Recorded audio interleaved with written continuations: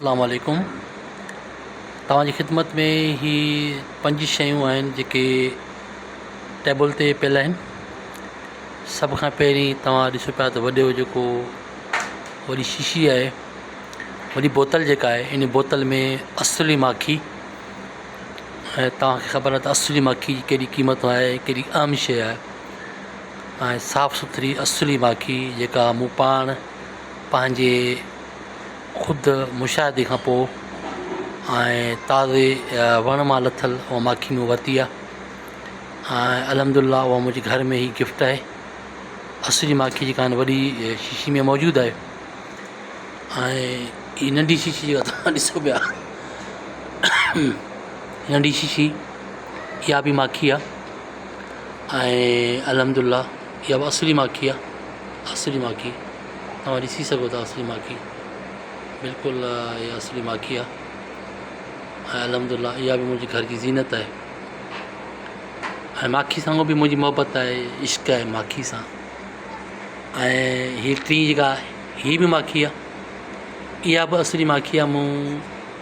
इहा जेका माखी आहे, इहा मूं पंहिंजे ॻोठ अलाहदाद लगारी मां, मुंहिंजे नानाणी ॻोठ अलाहदाद लगारी मां हमरा हिकिड़ो खणी आयो ऐं हिकिड़े वण मां ताज़ो लाहे काठी में लॻल हुई, मूं उहा बि वरिती। बसि माखी सां इश्क़ आहे, माखी सां मोहबत आहे। जीअं घर में माखी जहिड़ी शफ़ा मौजूदु हुजे। ऐं वरी हथरादी गिहु, सचो गिहु जेके चवंदा आहिनि, सचो गिहु, अल्हम्दुलिल्लाह हीअ बि हिकिड़ो वॾो गिफ्ट आहे कुदरत जो।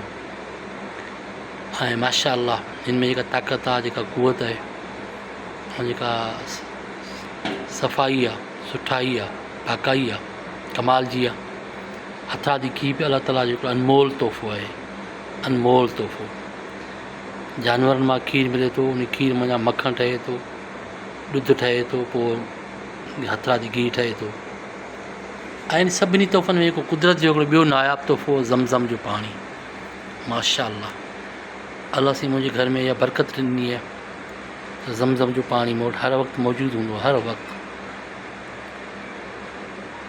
ऐं ज़मज़म जो पाणी शफ़ा आहे, खाधे में पीते में। नंढड़ा मासूम ॿारड़ा जेके घर में आहिनि, कॾहिं कॾहिं उन्हनि खे बि असां तकलीफ़ हूंदी आहे त ज़मज़म जो पाणी जो थोरा विझी ॾींदा आहियूं। हीअ जेके बि शयूं आहिनि, नायाब आहिनि। अलाह साईं जो लख शुक्र अदा कयां थो त मुंहिंजे घर में नायाब शयूं मौजूदु आहिनि। तव्हां ॾिसी सघो था, हर घर में इहे नायाब शयूं हुजनि त उन घर में रहमतूं, बरकतूं, अल्हम्दुलिल्लाह मूंखे ख़ुशी आहे, ॾाढी ख़ुशी थींदी आहे जॾहिं इन शयुनि खे मां पंहिंजे अखियुनि सां ॾिसंदो आहियां। माखी आहे, सचो गिहु, ज़मज़म। अलाह ताला तमामु भाइरनि खे इहे जेके नायाब जेके गिफ्ट आहिनि, नायाब तोहफ़ा आहिनि, घर में अता फ़रमाए। ऐं हिन वीडियो जो मक़सदु बि इहो ई आहे त आउं दोस्तनि खे इहा आगाही ॾेई सघां त इन सचनि शयुनि सां जेको प्यारु कंदो, सचनि शयुनि सां जेको मोहबत कंदो, यकीनन उन दिलि में सचाई ऐं सफ़ाई हूंदी। अलाह साईं असां सभिनी खे दिलि जी सफ़ाई ऐं दिलि जी जेका आहे ईमान पुख़्तो अता फ़रमाए। आमीन। अस्सलामु अलैकुम।